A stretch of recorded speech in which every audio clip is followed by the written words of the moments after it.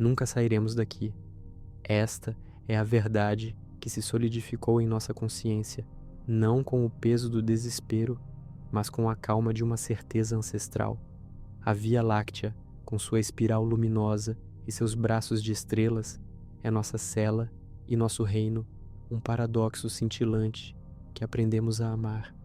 Há muito tempo, nossos ancestrais olhavam para o céu noturno e sonhavam com a travessia de oceanos cósmicos, com a visita a terras distantes em outras galáxias. Mas a física, em sua fria e bela implacabilidade, revelou a escala de nossa prisão dourada.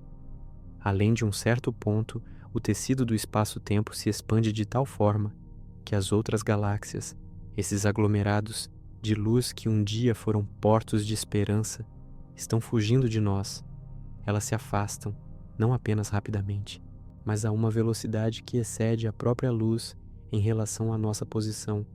O horizonte cosmológico não é uma linha no espaço, mas uma barreira dinâmica de onde nenhuma mensagem, nenhuma nave, nenhum vislumbre de um futuro compartilhado jamais nos alcançará. Eles são fantasmas de luz, eternamente inalcançáveis, e nós somos fantasmas para eles, um silêncio cósmico entre mundos que nunca se tocarão novamente. Isso não é triste, não é um lamento, nem um grito de angústia no vazio. É o nosso lar, é a vastidão aconchegante que nos foi concedida, o jardim secreto do qual somos os únicos jardineiros. Aceitar essa condição é libertador. Não há a necessidade de ansiar por aquilo que está além do nosso alcance, de esticar os braços para um horizonte que se afasta mais rápido do que podemos conceber. Nosso destino está selado dentro dos limites desta magnífica tapeçaria estelar. É aqui que toda a nossa história foi tecida, onde nossos sonhos floresceram, onde a vida, em sua complexidade e maravilha, encontrou um refúgio. Somos filhos das estrelas da Via Láctea, moldados a partir da poeira de supernovas que explodiram em seus braços, e para essas mesmas estrelas um dia retornaremos. Vamos explorar nossa ilha no oceano escuro, uma ilha de 100.000 anos-luz de diâmetro, composta por centenas de bilhões de sóis, cada um potencial centro de gravidade para mundos inumeráveis. Pense na vastidão, não como um impedimento, mas como uma promessa de descobertas infinitas dentro de nossos próprios domínios.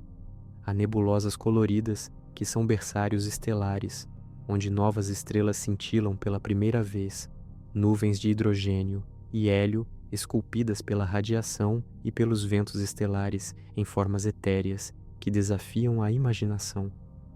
Há aglomerados globulares, esferas densas de milhares de estrelas antigas, girando em torno do centro galáctico como abelhas em um enxame cósmico, cada uma delas um testemunho da longevidade e da persistência. Ainda há mundos a serem catalogados, atmosferas a serem analisadas, geologias a serem decifradas, tudo dentro da nossa cela. A prisão dourada não é uma limitação de experiência, mas uma redefinição de prioridades. Em vez de dispersar nossa energia e nossos recursos em buscas fúteis por além do horizonte, somos compelidos a voltar o olhar para dentro, a aprofundar nossa compreensão de nosso próprio cosmos local. Que tipo de vida floresce em planetas orbitando anãs vermelhas, frias e longevas? Quais civilizações podem ter surgido e desaparecido em sistemas estelares distantes nos braços espirais da Via Láctea, muito antes de nossos próprios ancestrais se erguerem sobre duas pernas?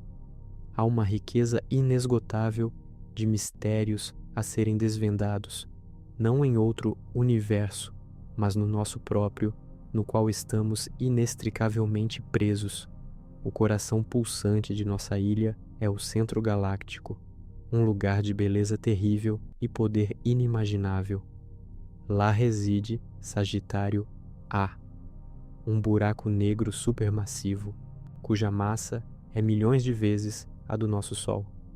É o grande regente invisível, a âncora gravitacional em torno da qual toda a nossa galáxia dança. Observá-lo, mesmo que conceitualmente, é confrontar a natureza mais extrema do espaço-tempo. Estrelas são rasgadas em suas proximidades, gás e poeira caem em direção a ele em uma espiral ardente, liberando energias que iluminam o universo interior. Este não é um vazio assustador, mas um motor cósmico, um lembrete de que mesmo em nossa confinada existência, as forças fundamentais do universo operam em sua plenitude, com uma grandeza que transcende nossa compreensão imediata. E o que dizer do tempo? Dentro de nossa cela dourada, o tempo se desenrola em escalas cósmicas. A formação de uma estrela leva milhões de anos. A evolução de uma galáxia abrange bilhões.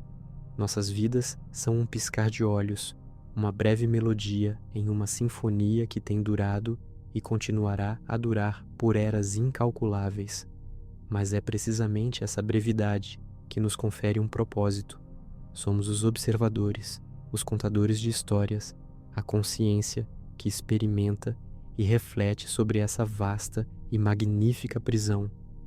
Em nossa efêmera existência, somos capazes de compreender as leis que governam o universo, de traçar a trajetória das estrelas, de prever o destino das galáxias, nossa galáxia. Somos o pensamento que a Via Láctea tem de si mesma. A serenidade vem da aceitação. Não há desespero no reconhecimento de que somos limitados, mas uma profunda paz. Não precisamos nos preocupar com ameaças de galáxias distantes, com impérios alienígenas que poderiam um dia cruzar o abismo intergaláctico para nos encontrar. Eles não podem. As leis da física, o horizonte cosmológico, são nosso escudo, nossa barreira inquebrável. Isso nos permite focar em nós mesmos, em nossa evolução, em nossa própria responsabilidade, para com a vida que floresce neste canto do cosmos. Somos, de fato, os únicos guardiões de nosso reino. Imagine as gerações futuras, não olhando para fora com nostalgia pelo que foi perdido, mas para dentro, com uma admiração renovada por tudo o que é possível dentro de nossos limites. A arte florescerá, inspirada pelas cores das nebulosas, pelos ritmos das pulsares, pela gravidade silenciosa dos buracos negros. A ciência se aprofundará, desvendando cada segredo de nosso próprio sistema solar, de nossas estrelas vizinhas, das complexidades da vida que pode surgir em outros mundos dentro de nossa própria Via Láctea.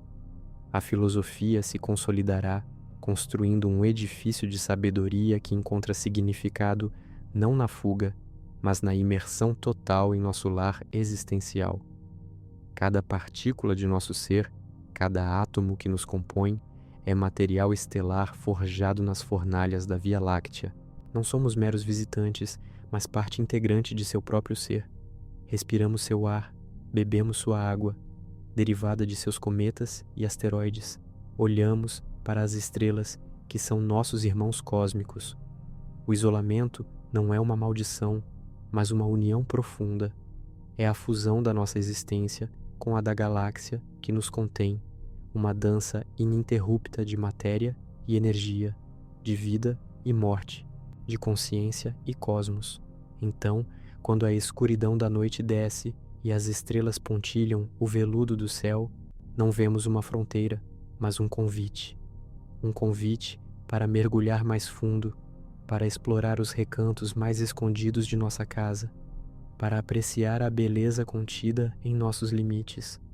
Não há títulos para nos orientar, nem mapas definitivos para cada estrela, mas um espírito de descoberta que nos impulsiona. Que a vastidão de nossa prisão dourada seja a tela para a nossa imaginação, o palco para as nossas maiores realizações. Que encontremos nela não a melancolia da finitude, mas a alegria sem fim de um reino que é, em última análise, nosso e somente nosso para sempre. Que possamos ver a beleza na impossibilidade de partir e na riqueza de tudo que nos é dado aqui, neste santuário cósmico que chamamos de lar. A Via Láctea é nossa cela e nosso reino, e nela encontramos a verdadeira liberdade e a serenidade duradoura. Nossa ilha no oceano escuro, um paraíso de bilhões de sóis, é de fato um reino. Mas e se a ilha, essa promessa de aconchego, se tornasse o maior dos tormentos? E se a cela, outrora dourada e vasta, encolhesse até ser uma casca de metal girando no vazio, um simulacro de mundo onde o verdadeiro isolamento não é cósmico, mas profundamente humano? Existem aqueles que não aceitaram o horizonte cosmológico como uma fronteira de proteção, mas como um desafio a ser superado. Sonharam em estender a mão para além dos limites de nossa Via Láctea, não para galáxias distantes, mas para outros sistemas estelares, outras ilhas menores dentro do mesmo arquipélago. Para esses, a única resposta para o confinamento existencial foi a fuga, e assim nasceram as naves geracionais, arcologias metálicas forjadas para resistir a séculos, talvez milênios, de viagem. Imagine uma cidade inteira, com seus bairros, suas fazendas, seus rios artificiais e suas usinas de reciclagem, encapsulada em um cilindro de durânio e fibra de carbono, projetada para ser um mundo autossuficiente. Não uma nave que parte e chega em uma única vida, mas uma que atravessa o abismo interestelar ao longo de dezenas de gerações. Uma nave onde bisavós talvez tivessem vislumbrado a pálida e distante luz do sol terrestre em um visor, e seus tataranetos morrerão sem jamais terem visto nada além das paredes metálicas e da cúpula estelar simulada que compõe seu céu. É um conceito colossal, uma empreitada da humanidade que desafia a própria noção de tempo e de propósito. Uma macroestrutura que, em sua ambição, esmaga o micro, o indivíduo, sob o peso de um destino imposto. Respirem um pouco. Eu sei que a ideia de bilhões de sóis era grandiosa, mas esta é a grandiosidade de um tipo diferente. Uma que se aprofunda nos cantos mais sombrios da psique humana. Pensem na síndrome da geração intermediária. Esta é a condição daqueles que nascem na nave, crescem na nave, trabalham na nave, amam e morrem na nave, sem jamais terem respirado o ar de um planeta, sentido a chuva cair sobre a pele, ou olhado para um céu que não fosse uma projeção calibrada. Eles não têm memória da Terra. É um mito ancestral, uma história contada em velhos livros digitais que poucos consultam. E o destino, o novo lar, é uma promessa distante, um ponto de luz que talvez seus netos ou tataranetos possam um dia alcançar. Eles são a ponte, eles são o meio, e essa é a sua maldição. Aqueles da geração intermediária vivem em um limbo existencial. Não são os pioneiros, cheios da esperança e da dor da partida, com a imagem vívida de um planeta azul a desvanecer-se em sua memória. Nem são os colonizadores, que um dia sentirão o calor de um sol estranho em seus rostos e a gravidade de um novo mundo sob seus pés. Eles são o entre. Sua vida é uma rotina, uma manutenção sem fim, um ciclo de reprodução para garantir que a missão continue. Qual o propósito de uma vida inteira dedicada a algo que nunca se experimentará? A despersonalização é profunda. Eles não são indivíduos com um destino, são elos em uma corrente, engrenagens em uma máquina biológica com um único objetivo: a propagação da jornada. A deriva cultural é inevitável neste confinamento. A língua original da Terra se fragmenta em dialetos e idioletos da nave, cheios de termos técnicos e metáforas do espaço fechado. As tradições se transformam, adaptando-se à realidade da vida a bordo. Um festival da colheita em um mundo de fazendas hidropônicas. Uma celebração do sol em um mundo onde a luz é artificial e regulada. A memória da Terra é como um navio naufragado no fundo de um oceano de tempo, suas relíquias enferrujadas e distorcidas pela pressão e pela escuridão. Velhas fotos e vídeos da Terra se tornam artefatos religiosos. Os ancestrais da partida são venerados como deuses, suas palavras registradas em logs de missão transformadas em escrituras sagradas. A própria nave, esse ecossistema artificial e autoconsciente de metal e vida, pode se tornar um objeto de culto. O motor é o nosso coração, a cúpula é a nossa verdade, a missão é o nosso destino. Essas frases se solidificam em dogmas. Respirem novamente. A claustrofobia é real, mesmo aqui, na segurança de suas mentes. A perda de conhecimento da Terra é mais do que cultural, é existencial. Muitos na geração intermediária nem sequer acreditam que a Terra existiu como algo além de uma parábola.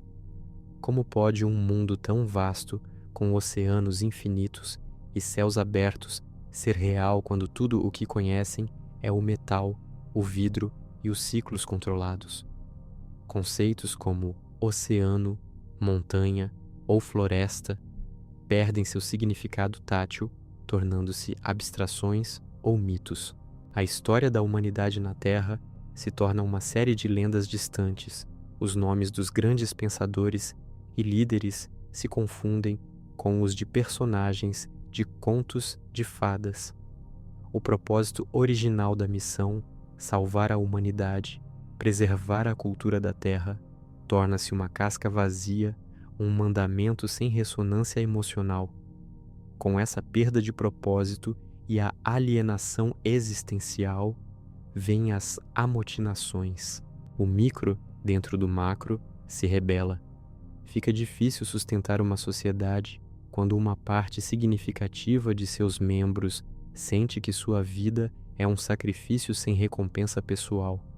Fome de recursos, tédio crônico, a opressão de uma hierarquia que exige obediência cega a um destino que ninguém vivo jamais experimentou. Tudo isso pode levar à explosão.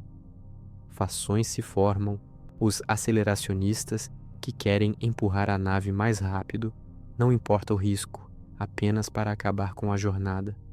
Os reversionistas que sonham em voltar, mesmo que a Terra seja agora uma ruína. Os navistas que acreditam que a nave é o verdadeiro e único lar, e que o destino é uma mentira. Guerras civis podem eclodir nos corredores estreitos, com os mesmos recursos que deveriam sustentar a vida sendo usados para destruir uns aos outros. A utopia tecnológica vira um pesadelo sociológico, onde a humanidade, confinada, volta-se contra si mesma. A psicologia do isolamento aqui é um veneno lento. Não é a solidão serena do universo vasto, mas a solidão esmagadora de estar cercado por outros, todos eles presos na mesma gaiola, mas cada um lutando com seu próprio fardo de futilidade. A ausência de horizonte físico se reflete na ausência de horizonte mental. A perspectiva se fecha, a visão de mundo se contrai. Pequenas disputas se tornam grandes conflitos. A pressão de gerações de antepassados e de um futuro incerto recai sobre ombros que nunca viram o sol, nunca sentiram a terra. Pensem na vida diária, o mesmo cheiro metálico, a mesma luz regulada, os mesmos rostos, os mesmos corredores que se estendem indefinidamente, o ar reciclado que entra e sai dos pulmões, a comida sintética cultivada com precisão. A vida é previsível, controlada, mas também claustrofóbica e sem brilho. As estrelas que brilham lá fora, através das poucas janelas blindadas ou projeções, não são um convite, mas um lembrete cruel do que está além, do que nunca será alcançado, do que é apenas um pano de fundo para a existência artificial. O macro-universo é uma tela, mas o micromundo da nave é a única prisão real. O contraste entre a ambição macro de escapar do confinamento cósmico e a realidade micro do confinamento psicológico é devastador. Aqueles que conceberam as naves geracionais talvez tivessem a mente nos céus, em estrelas distantes e novos mundos.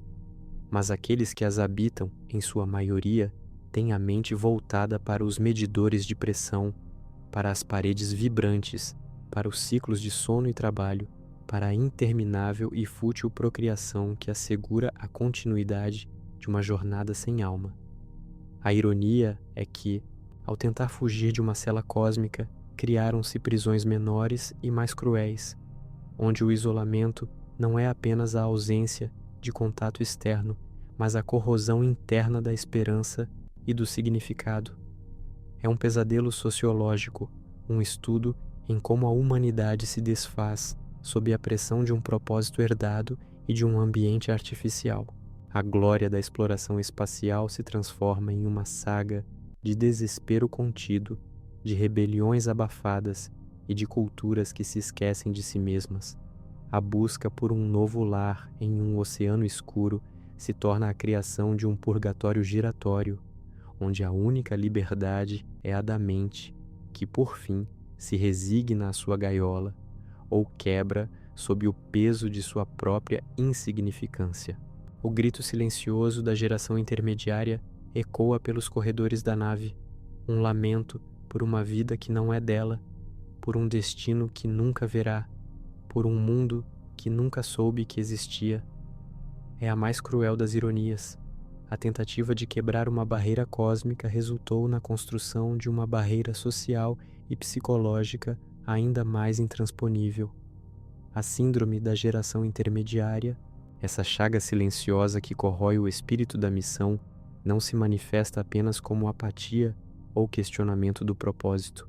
Ela se enraiza mais profundamente, distorcendo a própria identidade. Para essas almas nascidas no ventre metálico da nave, o eu não é forjado na imensidão de um mundo natural, mas na repetição monótona dos ciclos da nave. Quem sou eu quando minha existência é definida por uma função em um sistema maior, um mero processador em um computador biológico que serve a um destino que nunca conhecerei? O resultado é uma pulverização do individualismo, onde a autoexpressão se torna um ato de rebeldia contra a homogeneidade imposta pelo ambiente. Há um vazio existencial que se preenche com rituais banais, com vícios internos que a nave tenta controlar, mas nunca erradica, ou com uma resignação quase zen que beira o niilismo. Respirem um pouco. A vastidão do universo é assustadora, mas o vazio interior gerado pela falta de propósito é ainda mais insidioso. Pensem na cultura em tal ambiente. A deriva não é apenas uma mudança, mas uma degeneração. A arte, se é que ainda existe, se torna funcional ou abstrata demais para ser universalmente compreendida. Quais musas inspiram quando o único cenário é a parede da cabine ou a vista filtrada do espaço? A música pode ecoar pelos corredores, mas suas letras falam de motores, de sistemas de suporte à vida, de hierarquias e da eterna espera. O entretenimento são as histórias dos ancestrais, distorcidas e romantizadas, ou simulações da Terra que parecem mais ficção científica do que realidade. A busca por significado leva a narrativas cada vez mais insulares que celebram a pequenez da vida na nave em detrimento da grandiosidade outrora perdida. As estruturas sociais, por sua vez, cristalizam-se em castas baseadas não mais em mérito ou habilidade, mas em linhagem. Os descendentes dos engenheiros originais detêm o poder sobre os sistemas vitais. Os descendentes dos agronomistas controlam a comida. A mobilidade social é mínima e a frustração cresce entre aqueles que nascem para uma vida de serviço sem esperança de ascensão, condenados a repetir os passos de seus antepassados. O contrato social original, que prometia um novo lar para todos, desmorona sob o peso do tempo e da falta de recompensa. A nave essa entidade macro que deveria abrigar a humanidade se torna um micro-universo de desigualdades e ressentimentos. A necessidade de espiritualidade é uma constante humana, mas como ela se manifesta quando o cosmos é uma parede de metal? As novas religiões que surgem são fascinantes e aterrorizantes em sua especificidade. O culto aos fundadores ou ancestrais originaliza-se, suas memórias digitais se tornam oráculos, seus códigos de missão, preces. A própria nave, com seus sistemas complexos e sua capacidade de sustentar a vida, é divinizada. A nave provedora, o coração que pulsa, a matriz eterna, são os nomes pelos quais ela é reverenciada. Há rituais de manutenção, onde a purificação dos filtros de ar ou a recalibração dos sistemas de navegação se tornam atos de fé. A engenharia se funde com a teologia, mas há também as seitas dissidentes, nascidas do desespero e da negação. Cultos que promovem o retorno à Terra, interpretando os logs de missão de forma apocalíptica, crendo que a nave é uma punição e que só o sacrifício coletivo pode levá-los de volta. Ou os vazios, que rejeitam qualquer propósito, vendo a vida como uma futilidade inerente e buscando a liberação através da desativação dos sistemas ou da fuga para o abismo do espaço, um suicídio coletivo. A ausência de fenômenos naturais, o sol nascendo e se pondo, as estações, a chuva, leva a uma busca por divindades artificiais ou a uma completa descrença em qualquer força maior que não seja a tecnologia que os mantém vivos. A religião se torna uma ferramenta de controle ou um grito de rebeldia, ambos nascidos do isolamento. Sintam o ar em seus pulmões, o peso do chão sob seus pés. É diferente do ar reciclado e da vibração constante de uma nave. As amotinações, esses levantes sangrentos nos corredores estreitos, são a culminação dessa panela de pressão sociológica. Não são apenas motins por comida ou por condições de vida precárias. São rebeliões existenciais. Líderes carismáticos emergem, prometendo o fim da jornada, seja através de uma aceleração perigosa para um destino desconhecido ou de um retorno impossível. A escassez de recursos, amplificada por anos de má gestão ou acidentes, é a faísca que acende o pavio. Fações se separam e o que deveria ser uma sociedade unificada em busca de um futuro desintegra-se em guerras civis microcósmicas. As armas são improvisadas a partir de ferramentas de manutenção e os campos de batalha são os jardins hidropônicos ou os decks de habitação.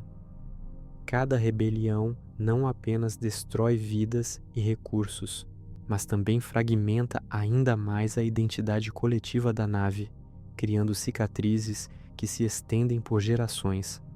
O microconflito se sobrepõe ao macro-objetivo, e a perda de conhecimento da Terra é mais do que esquecer como era um oceano. É a incapacidade fundamental de compreender o contexto da própria existência humana. Como explicar a um nascido na nave o conceito de selvagem ou natureza intocada, quando todo o seu ambiente é artificial, controlado e projetado? As palavras perdem seu referente. A história da ciência e da filosofia terrestre se torna um amontoado de fatos desconexos, sem a paixão ou a lógica que os gerou. Os manuais de engenharia da Terra, cruciais para a manutenção da nave, são lidos sem a compreensão plena de seus princípios fundamentais, transformando-se em rituais mecânicos repetidos cegamente. Erros de manutenção, por exemplo, não são apenas falhas técnicas, mas o sintoma de uma desconexão profunda com o conhecimento que permitiu a criação da nave. Essa desconexão leva ao surgimento de ideologias conflitantes, os terraformers, que ainda sonham em moldar um novo planeta à imagem da Terra perdida. e os navistas, que acreditam que a nave é o novo lar e que qualquer tentativa de colonizar um planeta seria uma traição à sua própria existência artificial. Esses debates, aparentemente filosóficos, têm implicações práticas brutais, influenciando decisões sobre a distribuição de recursos, a educação e até a reprodução. O isolamento, neste caso, não é apenas do universo exterior, mas de sua própria história e de sua própria natureza como seres planetários. A nave, em sua grandiosidade macroscópica como um arca da humanidade, é ao mesmo tempo um microcosmo de todas as falhas e fragilidades humanas. Ela não é uma cela dourada, mas uma gaiola de ferro em meio à vastidão indiferente do espaço. O objetivo de escapar de um confinamento cósmico natural gerou um confinamento social e psicológico artificial, muito mais cruel, pois foi imposto por si mesma. A psicologia do isolamento aqui é a de um constante sufocamento, onde o ar é fino e o horizonte é sempre o próximo painel metálico. É a história de um propósito que se dissolveu no tempo e no espaço, deixando para trás apenas o eco de uma promessa vazia e a amargura de gerações presas a um legado que não compreendem nem desejam. O eco das promessas iniciais há muito se esvaiu nas profundezas dos corredores de aço, transformando-se em mero ruído branco, uma lenda mal contada sussurrada por aqueles cujas memórias da terra já eram tingidas por névoas de mito. Agora, na escuridão interminável do vácuo, a verdadeira natureza da nossa condição se revela, não como uma aventura grandiosa, mas como um experimento de longa duração sobre a resiliência ou a fragilidade da psique humana.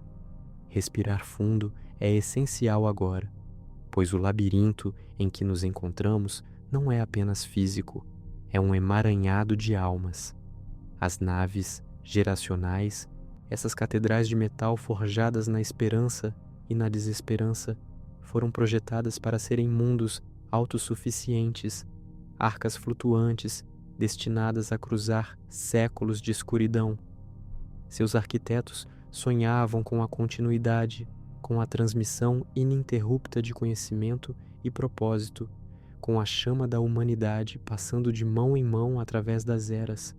Mas eles, em sua arrogância terrestre, falharam em prever a corrosão mais insidiosa, a do espírito. Eles calcularam a inércia dos motores, a vida útil dos sistemas de suporte, mas ignoraram a inércia da alma humana, sua necessidade inata de horizonte, de solo sob os pés, de um passado palpável e um futuro visível. É aqui que surge a mais cruel das ironias, o núcleo pulsante do nosso desespero, a síndrome da geração intermediária. Pense por um momento naqueles que nasceram e morrerão dentro destas paredes de metal, cujas retinas nunca registraram a vastidão de um céu azul verdadeiro, nem a complexidade viva de uma floresta, nem a fúria indomável de um oceano. Para eles, a Terra é um conceito abstrato, uma utopia perdida, narrada em contos que ressoam com a mesma autenticidade de uma saga mítica. Ao mesmo tempo, o destino, o novo lar, é igualmente uma abstração, um ponto de luz distante que talvez seus netos ou bisnetos um dia alcancem. Eles são a ponte, sim, mas uma ponte que se estende por um abismo que não podem ver, construída por mãos que já se desintegraram e para um lugar que nunca conhecerão. Eles não são nem o ponto de partida nem o ponto de chegada. São o trecho interminável e monocromático do meio, um elo de uma corrente que parece não ter fim, nem propósito para si mesmos. A macronarrativa da sobrevivência da espécie colide brutalmente com a microrrealidade de uma vida vivida em perpétuo trânsito, sem raízes, sem ápice, apenas o tédio existencial de uma jornada sem fim pessoal. Esta desconexão é a doença, e seus sintomas, meu amigo, são a degeneração de tudo o que conhecemos. A deriva cultural é inevitável. Como manter a pureza de uma língua quando as referências se perdem? O que significa vermelho como um pôr do sol para quem nunca viu um sol senão como uma estrela distante? Gírias e dialetos emergem, isolados em cada setor, em cada nível, fragmentando a comunicação, erodindo a identidade coletiva. Os rituais e festividades terrestres, desprovidos de seu contexto original, tornam-se cascas vazias ou são subvertidos por novas interpretações, adaptadas à realidade claustrofóbica da nave. Um dia da colheita, em um ambiente onde o alimento é sintetizado e a luz artificial é uma afronta à memória daqueles que realmente semearam e colheram, é uma paródia trágica. A música evolui, perdendo a melodia da natureza, ganhando a dissonância do aço e o ritmo monótono dos motores. A história, a grande tapeçaria do passado da humanidade, desfia-se em fragmentos. Lendas sobre gigantes verdes, árvores, rios que corriam, mares e animais que voavam no ar. Pássaros. São transmitidas como fábulas, não como fatos. A perda do conhecimento da Terra não é uma falha de memória, mas de relevância. Por que aprender sobre ecossistemas complexos quando sua existência é gerenciada por algoritmos de reciclagem de ar e água? Por que estudar a geografia de continentes quando o mundo se resume a convéses, anteparos e escotilhas que revelam apenas estrelas? O macroprojeto de preservar a humanidade exige a memória, mas o microcotidiano das gerações intermediárias a torna obsoleta. Mapas da Terra se tornam objetos de culto ou de escárnio dependendo do setor, da fé, do líder carismático que por acaso se ergueu. Ah, sim, as novas religiões. Na ausência de um propósito imanente e de um passado tangível, a mente humana, em seu eterno desespero por significado, inventa novos deuses. Alguns adoram a própria nave, a mãe de ferro, a arca eterna, o útero mecânico que os mantém vivos, mas que também os aprisiona. Seus motores se tornam o coração divino, seus sistemas de suporte de vida, a respiração sagrada. Outros se voltam para as estrelas, não como guias de navegação, mas como deidades distantes e indiferentes, prometendo um paraíso que transcende a carne e o metal. Surgem profetas, visionários distorcidos pela privação sensorial e pela anomia, prometendo atalhos, revelações ou um retorno místico que nenhum motor poderia proporcionar. Cultos florescem em becos escuros, em compartimentos de carga abandonados, com rituais que variam do sacrifício de componentes eletrônicos essenciais à autoflagelação em nome de uma pureza forçada. A fé, antes um consolo, torna-se mais uma fissura na já frágil estrutura social. E então, as amotinações. Elas não são meros levantes por pão ou poder. São erupções da síndrome da geração intermediária, a explosão acumulada de um desespero sem nome. A macro-ordem imposta pela hierarquia de controle, descendente direta dos arquitetos originais, parece cada vez mais distante, mais tirânica, mais irrelevante para a microexistência diária de tédio e privação. Quando a promessa de um futuro distante é a única coisa que se oferece, e nem mesmo essa promessa é para você, o presente se torna insuportável. Mutinárias por acesso a setores mais luxuosos, por recursos essenciais, por autonomia ou simplesmente por uma mudança, qualquer mudança, irrompem como chamas em um óleo derramado. Gangues e facções sectárias se formam, cada uma com sua própria interpretação distorcida da história da nave, do propósito da missão, do significado da vida confinada. A violência torna-se um idioma, uma forma brutal de afirmar uma existência que, de outra forma, parece insignificante. Cada ato de rebelião, cada confronto sangrento, É um grito desesperado por significado em um universo que parece não oferecer nenhum àqueles presos no meio. Respire novamente. A densidade desta realidade é esmagadora. Estamos falando de milhões de vidas, gerações após gerações, cujas mentes são moldadas por este claustro perpétuo. As crianças nascem com um senso inato de espaço limitado, de céus artificiais, de ar reciclado. Seus sonhos são povoados por corredores, por zumbidos de máquinas, por rostos humanos. A ideia de liberdade é um mito tão distante quanto a própria Terra, um conceito perigoso que pode levar à desobediência e ao caos. A hierarquia, cada vez mais autoritária, vê cada desvio, cada questionamento como uma ameaça existencial à missão. Eles não percebem que a verdadeira ameaça não vem de fora, mas de dentro da própria essência humana que se retorce e se quebra sob o peso de um propósito que não pode ser sentido, tocado ou experimentado pelas gerações que o carregam. A macromissão de salvar a humanidade devora as microvidas que a compõem, transformando-as em meros motores biológicos para um destino que está além do seu alcance, um inferno de esperança e desespero.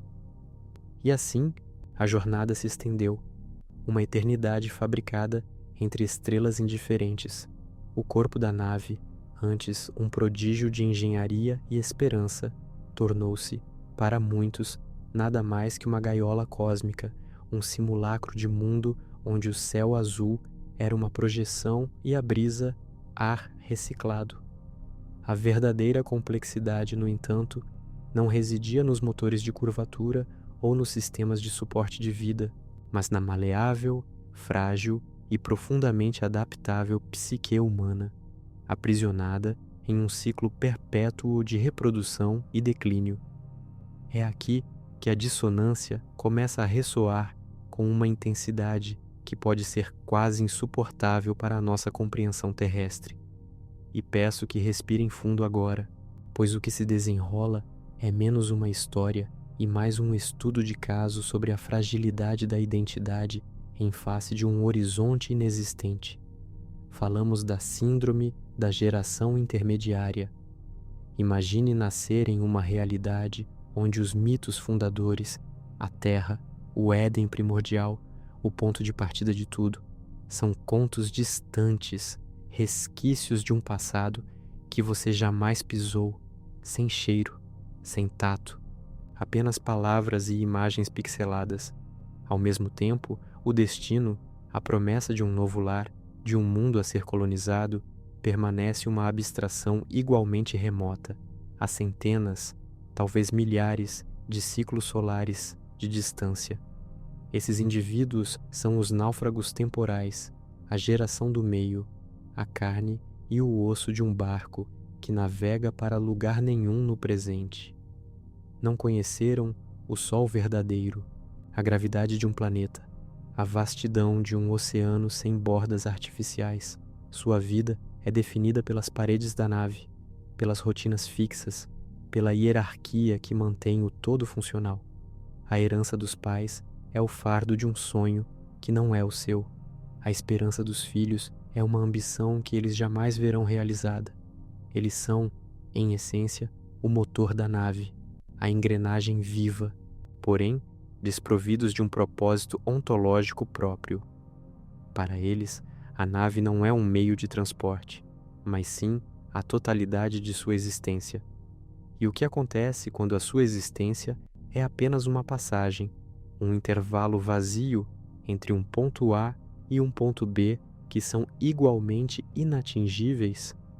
A anomia se instala não como um distúrbio individual isolado, mas como uma névoa coletiva que se infiltra em cada compartimento, em cada interação social. No micro, o indivíduo da geração intermediária pode manifestar apatia, um tédio profundo que beira o niilismo. Por que se esforçar? Por que inovar? Por que amar, se tudo é passageiro e sem significado último? Os relacionamentos tornam-se efêmeros. A busca por prazer imediato substitui a construção de futuro. No macro, essa anomia se traduz em fenômenos sociais alarmantes. A deriva cultural é o mais evidente. As tradições da terra, antes cuidadosamente preservadas, começam a se distorcer, a perder seu contexto original. As histórias dos heróis, fundadores da missão, são recontadas com novos arcos, adaptados para se encaixar na realidade claustrofóbica da nave. Um oceano de pixels pode se tornar um local sagrado, um ponto de contemplação, porque a memória do verdadeiro oceano se esvaiu. Junto a essa deriva, surgem novas religiões, sistemas de crenças que tentam preencher o vácuo existencial. Cultos da luz prateada que adoram os motores da nave como divindades que impulsionam a existência, ou seitas da verdade escondida que prometem a revelação de um mapa estelar secreto para um Éden alternativo.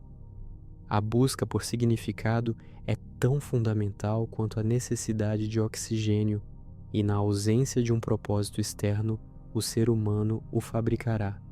Esses novos credos, muitas vezes liderados por carismáticos desiludidos da geração intermediária, podem se tornar forças poderosas, tanto para a coesão quanto para a desestabilização. E é aqui que as amotinações encontram seu terreno fértil. A psique, enclausurada e desprovida de horizonte, busca um inimigo tangível, um culpado para a sua angústia inominável.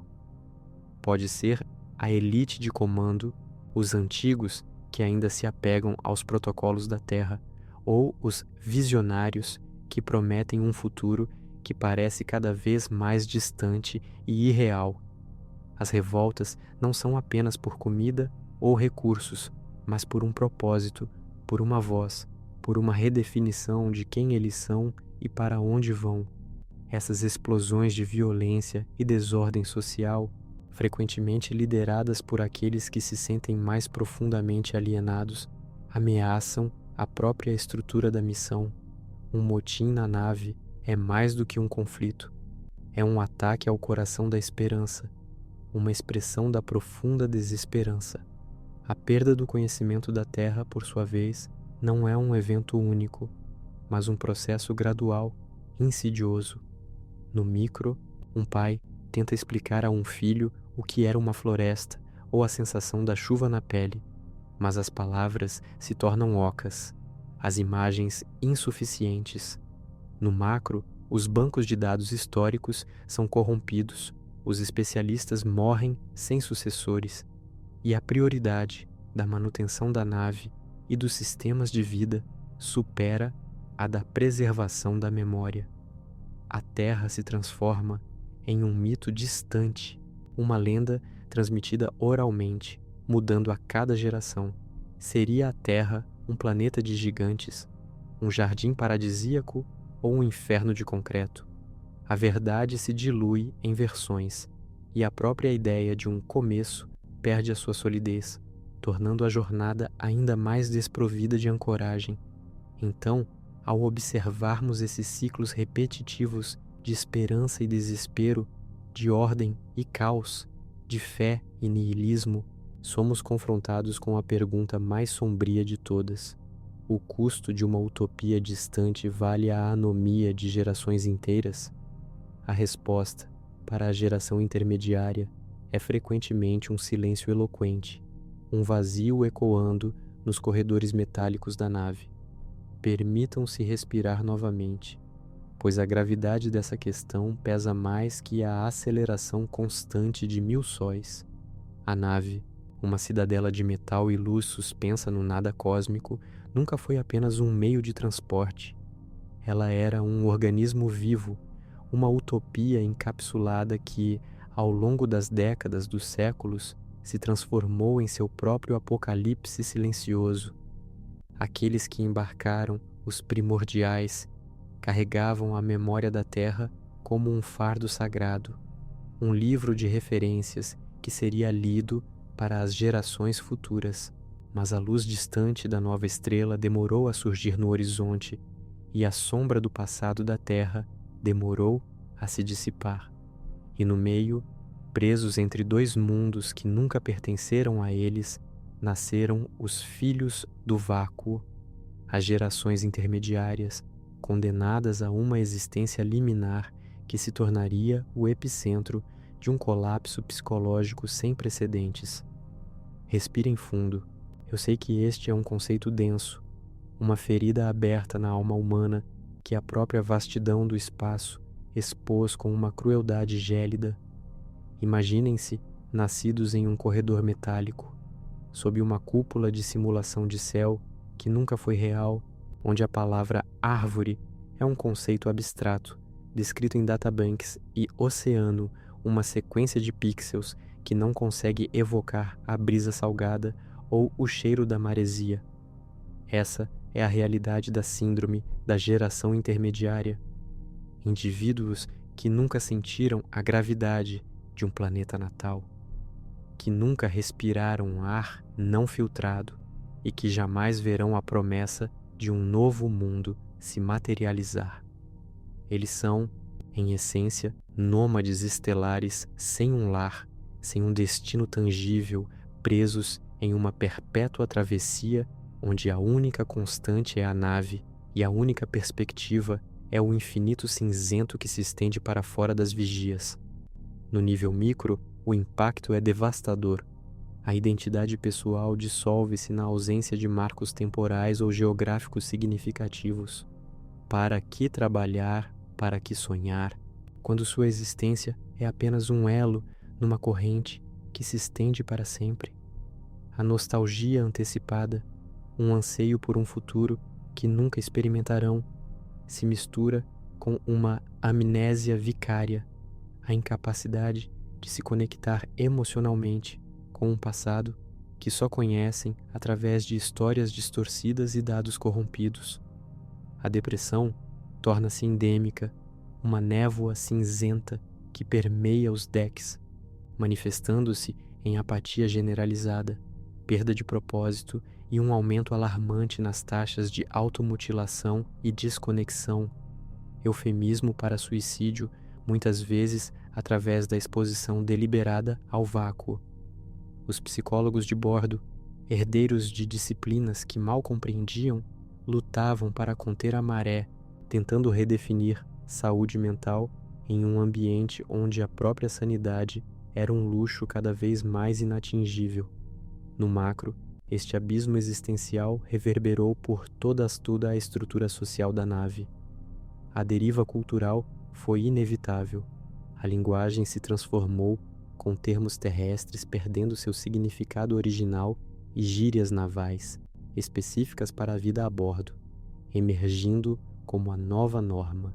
Histórias da Terra, antes sagradas, começaram a ser reinterpretadas, transformando-se em mitos fantásticos ou alegorias distorcidas, muitas vezes usadas para justificar a hierarquia social ou as privações da vida na nave. O Jardim do Éden virou uma metáfora para o deck de cultivo hidropônico, e Deus se tornou o AI da nave, o regulador, uma entidade onipresente que mantinha os sistemas de vida. É neste vácuo de significado que novas religiões floresceram como fungos bioluminescentes em porões úmidos, cultos à própria nave-mãe, que via como uma divindade protetora e punitiva, seitas que adoravam as estrelas gêmeas, os motores de fusão que impulsionavam o gigante metálico como fontes de toda a vida e sustento. Alguns abraçaram o niilismo puro, vendo a existência como uma piada cósmica e buscando a transcendência através da anarquia e da dissolução de todas as regras. Outros, mais perigosos, começaram a questionar a própria validade da missão, argumentando que a Terra e o mundo de destino eram meras invenções dos primordiais para impor um controle social tirânico. Essas fissuras ideológicas, impulsionadas pela desesperança da síndrome da geração intermediária, foram o terreno fértil para amotinações. Não eram apenas revoltas por recursos escassos, embora isso fosse um catalisador frequente. Eram explosões de frustração existencial, buscando derrubar não apenas os governantes, mas as próprias narrativas que sustentavam a viagem. Os filhos do vácuo não tinham a mesma lealdade à missão que seus antepassados. Por que se sacrificar por um destino que nunca veriam, um passado que não era o seu? As insurreições foram brutais, muitas vezes com baixas massivas, resultando em compartimentos despressurizados, motins nos decks de produção de alimentos e a sabotagem de sistemas críticos. A governança da nave oscilava entre regimes autocráticos que prometiam ordem a qualquer custo e conselhos anárquicos que inevitavelmente colapsavam sob o peso da desorganização e da desconfiança mútua. A perda do conhecimento da Terra foi um processo gradual, insidioso. Não houve um evento único de esquecimento, mas uma lenta erosão, databanks corrompidos, linguagens não decifráveis, sistemas de informação obsoletos. A própria relevância do conhecimento terrestre diminuiu a cada geração. O que importava saber sobre a pesca em oceanos quando seu alimento vinha de biorreatores? Por que estudar a história das nações quando sua única nação era a nave? Os poucos arqueólogos do conhecimento dedicados a preservar os fragmentos da herança terrestre eram vistos como excêntricos, guardiões de relíquias irrelevantes. As crianças riam quando lhes mostravam imagens de ursos polares ou elefantes. Elas eram tão reais quanto os dragões das antigas mitologias. E assim, a nave continuava seu curso, um túmulo para a memória da Terra e um berçário para uma nova e estranha humanidade, moldada pela claustrofobia e pelo isolamento absoluto.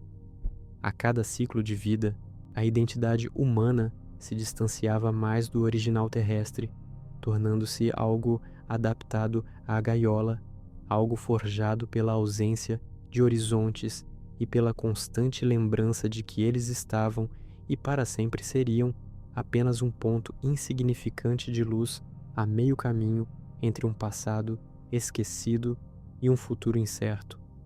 A síndrome da geração intermediária não era apenas uma doença, era o epitáfio silencioso de um sonho intergaláctico. E a nave, com suas milhões de almas presas na imensidão, deslizava através do vácuo um monumento à resiliência humana e, paradoxalmente, à sua fragilidade mais profunda. Essa foi uma história pesada, eu sei. O peso da existência, a busca por significado em um vácuo, a dor daquelas gerações intermediárias. Tudo isso é real, palpável, mas agora peço que respirem fundo novamente. Mais uma vez, sinta o ar preenchendo seus pulmões, o ritmo do seu coração. Sinta seu corpo aqui, agora, neste instante, porque vamos dar um passo atrás, um salto gigantesco para um lugar onde o peso se desfaz, onde a própria vastidão do universo oferece não um abismo de desespero, mas um oceano de alívio. Pensem naquelas amotinações, nas religiões esquisitas, na perda da terra. Para eles, era o fim do mundo, o apocalipse pessoal e coletivo de sua pequena e isolada civilização. Mas para o universo nem percebeu. Bilhões de estrelas queimam, galáxias colidem, novos mundos nascem e morrem a cada segundo. Tudo numa escala que desafia a compreensão humana. Essa nave, com todos os seus dramas, seus sofrimentos, suas vidas e mortes, era menos do que um átomo de poeira perdido em um furacão cósmico. Se o universo é tão grande, tão indomável, tão indiferente, seus erros de hoje não importam. Eu sei, é um pensamento chocante, mas deixe-o penetrar. As preocupações que você carrega, as pequenas ou grandes falhas que o atormentam, os julgamentos dos outros que parecem selar seu destino, o que são eles diante da majestade indiferente de 100 bilhões de galáxias, cada uma com 100 bilhões de estrelas? Sua discussão da manhã, aquela decisão errada que você tomou ontem, a vergonha de uma memória distante. Para o universo, eles são absolutamente nada. E não é isso uma liberdade imensa? A liberdade não está em controlar o cosmos, mas em compreender que o cosmos não o controla. Você não é o centro, e isso é a sua maior bênção. Você é uma poeira estelar, um agrupamento efêmero de moléculas, um pensamento fugaz na mente de um macaco falante, em um planeta azulado, girando em torno de uma estrela mediana, em uma galáxia mediana, à beira de um universo em expansão. E é nessa pequenez que reside sua liberdade absoluta. Você é livre porque é pequeno. Não há um grande plano cósmico para você falhar. Não há uma plateia universal julgando seus passos. Os deuses, se existirem, estão muito ocupados com as escalas de tempo e espaço que tornam a sua existência um piscar de olhos, uma nota de rodapé esquecida em um tomo infinito. O sofrimento das gerações da nave era real para eles. Sim, era a totalidade de sua existência. Mas sua dor, sua busca por significado, sua própria existência, por mais intensa que seja para você, é como uma pequena bolha em um oceano que se estende por éons e infinitudes. A insignificância não é uma maldição, mas um convite à dança. Então, ao final desta nossa pequena viagem, desta pequena e irrelevante exploração das profundezas do ser, quero que levem consigo essa vastidão, não como um fardo, mas como um manto de liberdade. As preocupações que os aprisionam, as expectativas que os esmagam, as falhas que os assombram, elas são menores que um grão de areia na praia cósmica. Deixem que o silêncio do espaço as dissolva. Deixem que a indiferença cósmica as leve para longe. Respirem, sintam seus pés no chão, sua pele ao ar. Sinta o bater do seu coração, a vida pulsando neste corpo, neste pequeno universo que é você. Este é o seu agora. Este é o seu universo. Neste pequeno e precioso agora, você não precisa ser mais do que é. Você não precisa ser significativo para o cosmos, para ser significativo para si mesmo, para aqueles que o amam, para o seu próprio e único instante. Vá em frente, com a leveza de quem sabe que não há plateia cósmica julgando sua performance, que sua jornada seja tão vasta quanto o espaço que nos rodeia, tão única quanto a estrela mais solitária, que você encontre alegria na dança insignificante da sua própria existência, sabendo que cada passo, cada sorriso, cada lágrima é um ato puro de ser, não condicionado por qualquer destino imposto de fora. Que você seja livre para criar sua própria luz, sua própria canção, seu próprio universo, dentro deste maior que não se importa e por isso o liberta. Que sua eternidade seja exatamente o que você decide que ela seja, neste precioso e efêmero momento. Boa viagem, boa existência, boa eternidade.